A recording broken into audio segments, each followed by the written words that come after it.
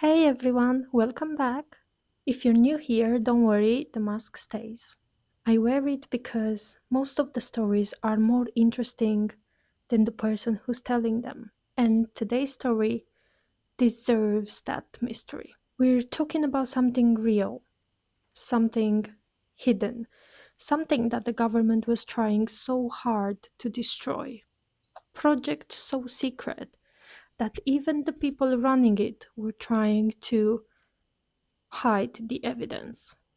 Tonight's story is about Project MKUltra. So get comfortable, turn the lights down, and let's step into the shadows. Imagine waking up one morning and realize something's wrong. Not the normal kind of wrong, like forgetting the keys or spilling coffee on your shirt. It's the deep kind of wrong, the kind where the walls seem to breathe. The thoughts don't feel like they are your own, and you suddenly can't even remember how you got there.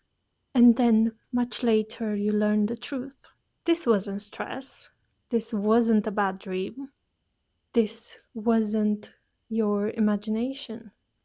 It's actually the government who did this to you on purpose. This is the story of Project MK Ultra, a secret CIA program born from fear, paranoia, and the belief that controlling the human mind might be the key to winning a war. The year is 1950.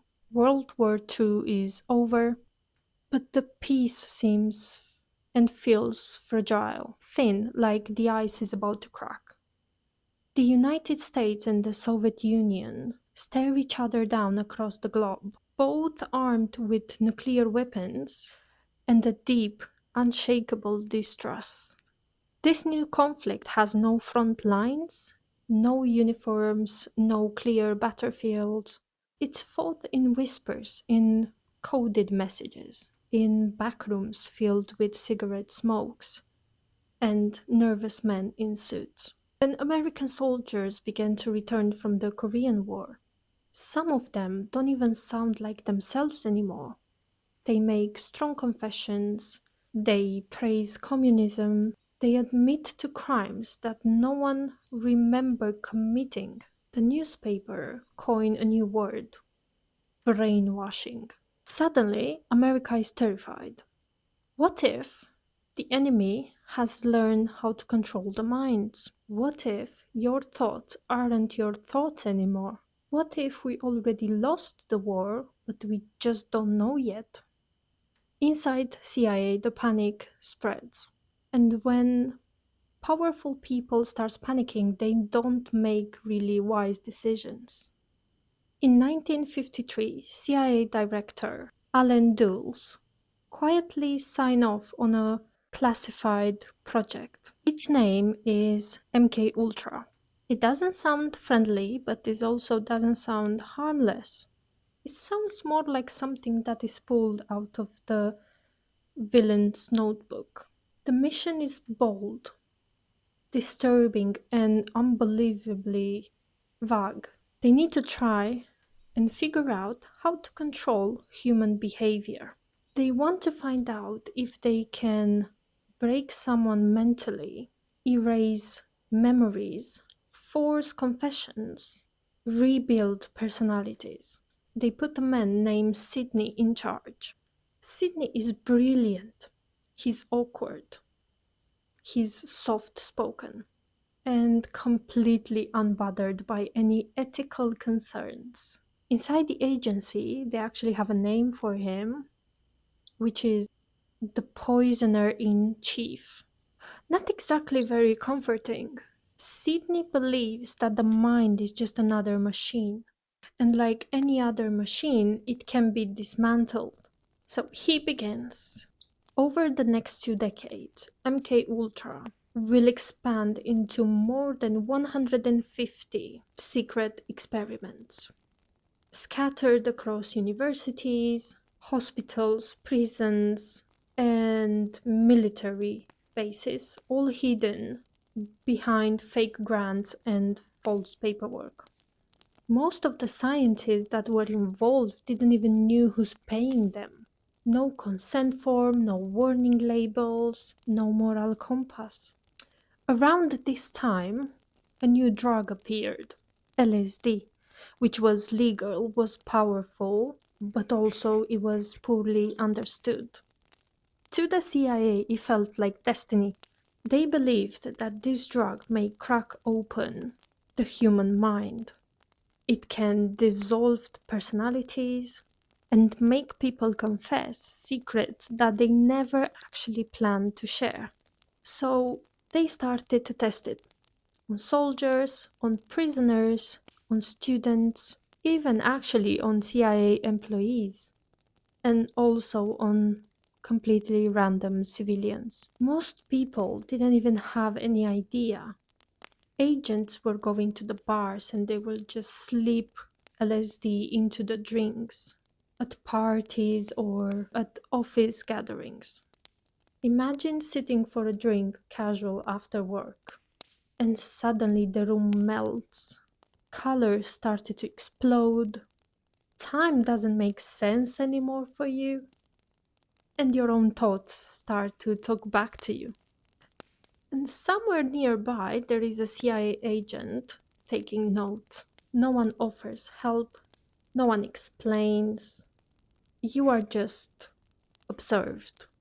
And then it gets stranger. The CIA started to rent apartments in San Francisco, and they started to decorate them like normal homes.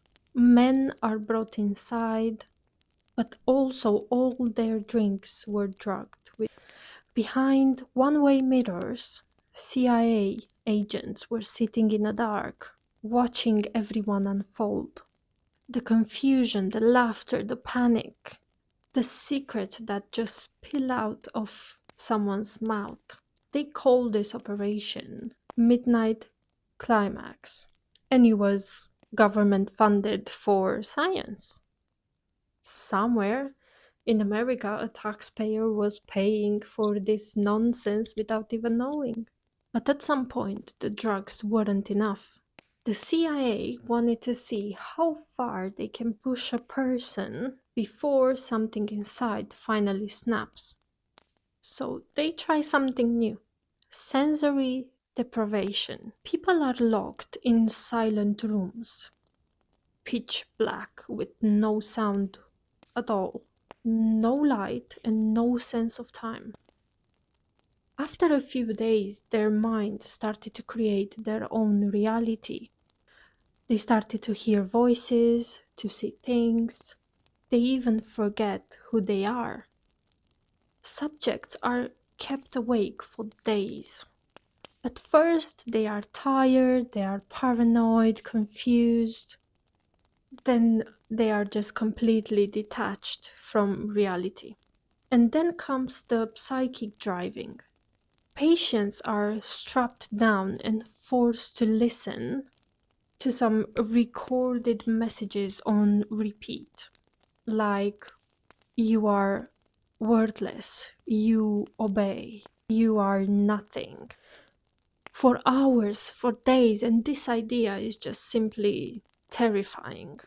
To do the same thing over and over again and to listen how bad you are for days. They just destroy and erase who you were. It's like a human factory reset. CIA then takes this even further and they take it on the road. In Canada, they secretly funding a psychiatrist named Ewan Cameron. Patients were coming to him for help, for depression, anxiety, trauma. They trust him. Instead, he was putting the patients into drug-induced coma, shocked their brains with extreme electroshock therapy, and isolates them for weeks at a time. Some wake up unable to speak, some forget their families, some actually never fully recovered. Their lives are shattered, and they never know that CIA actually paid for this. Then there's Frank Olson. He's a government scientist. And in 1953, he attended a work retreat. Someone slipped LSD into his drink, and he didn't even know. Over the next few days, his personality changes. He becomes paranoid, anxious, convinced that he's being watched. He tells his wife, "I think I made a terrible mistake." 9 days later, he falls from a 13th floor from a hotel. CIA said he wanted to do this, and the case was closed. But years later, more precise, 20 years later, the truth came out. He was drugged. Even worse, later autopsies suggest that he may have been struck in the head before falling. So the question remains, did he jump? Or he was pushed? We still don't know. By 1970s, America is tired of lies. Vietnam, Watergate, corruption, CIA gets nervous. So in 1973, they make a decision. Destroy everything. Files are burned, reports are shredded, truckloads of evidence has been erased. So all this work was for nothing. We don't even know if they found anything in there. They literally tried to wipe out MKUltra from history. But they missed some documents. In 1975, the Congress started to investigate, and the truth finally spills out. Illegal experiments, no consent whatsoever, and a massive abuse of power. Public is furious, and MKUltra is shut down. Now, that's the time when the victims start to come forward. Many sue them, many lost, because, evidence is gone, and CIA claimed national security. Some families received some small settlements, but most of them get nothing. No justice, no closure, just scars. Today, MKUltra shows up in the movies and TV shows, in conspiracy theories, and in online debate. But it isn't fiction. It happened. And it reminds us of something so uncomfortable. When fear controls government, people become experiments. So next time when someone says, the government could never do that, remember MKUltra. They did, and they tried to erase it. So yeah, that's Project MKUltra. A story about fear, about power, and how far the people will go when they believe. If you enjoyed this video, leave a like, a subscribe, and a comment below. And let me know what story you want next. And remember, if someone offers you a drink and works for the CIA, maybe pour it out.